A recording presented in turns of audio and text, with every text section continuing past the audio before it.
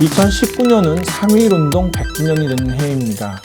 3.1절 100주년을 앞두고 이미 다양한 행사가 준비되고 있습니다. 비폭력이라는 방법으로 조선의 독립을 외쳤던 모습은 대한민국 국민이라면 모두가 자랑스러워하는 역사입니다.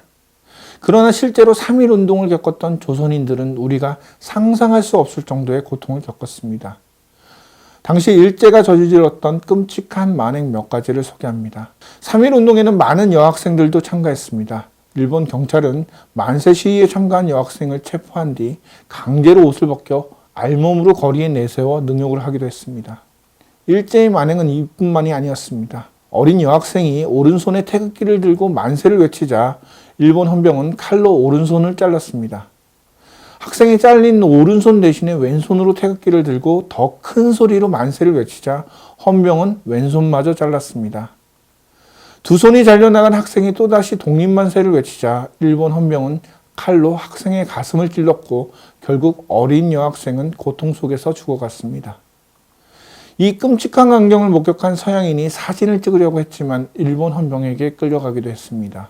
도저히 상상조차 할 수 없는 일제의 만행은 1919년 4월 12일 중국신문 국민공보에 일본인이 부녀를 능욕하는 방법이라는 제목의 기사로 보도됐던 내용입니다. 2015년 미국 뉴욕 맨해튼의 뉴욕 한인교회 창고에서 한국의 상황이라는 제목의 27페이지짜리 문서가 발견됐습니다. 이 문서에는 1919년 3.1운동 이후에 벌어진 일제의 무자비한 진압 상황이 나와 있었습니다. 문서에는 일본 경찰이 자행한 고문 및 잔혹 행위에는 젊은 여성과 여학생을 발가벗기고 신문하고 고문하고 학대한 행위들이 포함되어 있다고 적혀 있습니다. 이런 상황에서는 강간에 대한 처벌이 이루어지지 않는다는 대목을 보면 경찰서에서 강간이 이루어졌음을 짐작할 수 있습니다. 당시 서양 선교사들은 일본에 구체적인 성고문 건수를 요청했지만 일제는 정확한 통계 자료가 없다라며 알려주지 않았습니다. 1922년 3월 5일 워싱턴 포스트에는 일본이 총과 대검으로 조선을 노예로 삼고 있을 때 98명의 여성이 대량 학살당했다는 제목의 연속 기사가 실렸습니다. 이 기사는 미국인 사업가 로버트 L. 워드 씨가 일제의 만행을 루포 형식으로 시리즈로 연재한 글입니다. 워드 씨는 일본인들이 소녀들을 총검으로 겨누고 강제로 끌고 가는 것을 보았다고 했습니다. 소녀들은 일본인 장교들 앞에서 발가벗도록 강요를 받았는데 당시 소녀들의 나이는 14살, 15살 혹은 더 어려 보이는 어린 아이들이었습니다. 소녀들은 끔찍한 고문을 당했고 군인들이 원하는 대로 할 수 있도록 군인들에게 넘겨졌습니다.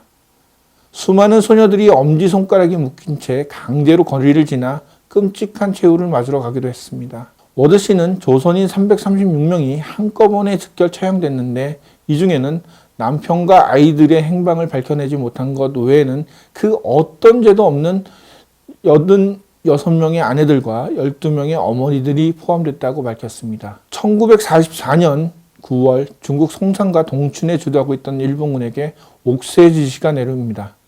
옥세는 강제적으로 집단 자살을 의미합니다.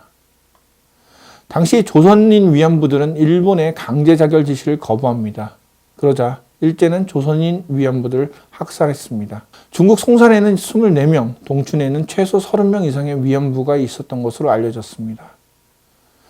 강제로 위안부로 끌고 가 패망하자 잔인하게 학살한 일제의 만행을 보면 문명국가를 자처했던 일본이 가증스럽게만 느껴집니다.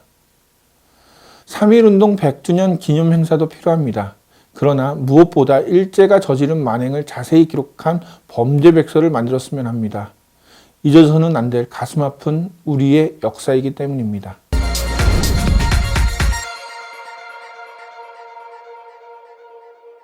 좋아요와 구독하기 부탁드리겠습니다.